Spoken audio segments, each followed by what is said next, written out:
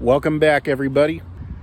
Today we're going to talk about something that's been in the news, and that is that most cars on the road are getting older.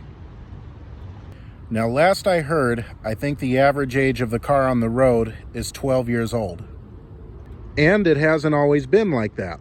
So before we jump into why that is, it's important to understand one thing. Cars are getting older, but vehicles are also a lot more reliable. For instance, in today's world, if we see a 5-year-old car with 100,000 miles that's already at the end of its life, we think, man, what a piece of junk. I'll never buy from that company. However, in the 50s, 60s, and 70s, if you had a 5-year-old car with 100,000 miles that was already breaking down, you had a good car. You had a great car in those days, actually. But that's why so many older cars have 5-digit odometers. Back then, cars just simply didn't last that long. At least not generally speaking. Where with most vehicles today, treat them right, they'll treat you right. Now that said, were there some older vehicles that went over 100,000 miles? Yes. For every 100,000 miles you drove, your odometer would just roll back to zero if you had a 5-digit odometer. That's not unheard of, just like a car today with 1,000,000 miles isn't unheard of. In fact, with most companies, if you can hit 1,000,000 miles, they'll give you a free new one. There are actually a couple stories floating around on YouTube about Toyota giving a couple new trucks to people. So while it is true cars on the road are getting older, you also don't necessarily need a new car every 4 or 5 years either. Just make sure you get a good brand and keep up on your maintenance. Because it's also important to remember, cars like everything else, some are just built better than others. For instance, I once rented a Volkswagen. It was a Volkswagen Jetta, 2-year-old vehicle.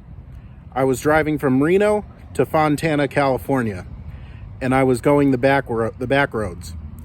Well, this car read a low coolant light, even though the car had plenty of coolant, and it ran out of oil. The oil warning light came on, and I found myself in the middle of Independence, California, with a car that was out of oil. I tried calling Hertz, that's the company I was using, and I couldn't get a hold of anybody.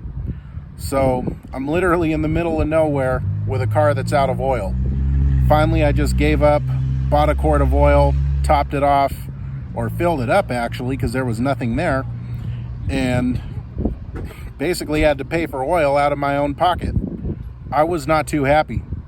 Now, no disrespect intended if anyone on my channel likes Volkswagen, but a 2-year-old car should not be running out of oil. That just shouldn't happen. I know people are not always nice to rental cars, but that still shouldn't happen. It also kind of turned me off to Hertz, because when I got to Southern California, the guy didn't even sound like he cared. He just stuck a sticker on the back window and said, "Okay, have a good day." Like, really? My old Highlander with almost 200,000 miles would have made that drive no problem.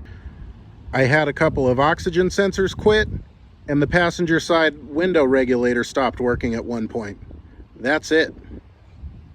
And then a valve cover gasket, but when you have an older car, that's kind of a given. Otherwise, it still runs good, and I maybe have to fix something once a year. I mean, can't beat it.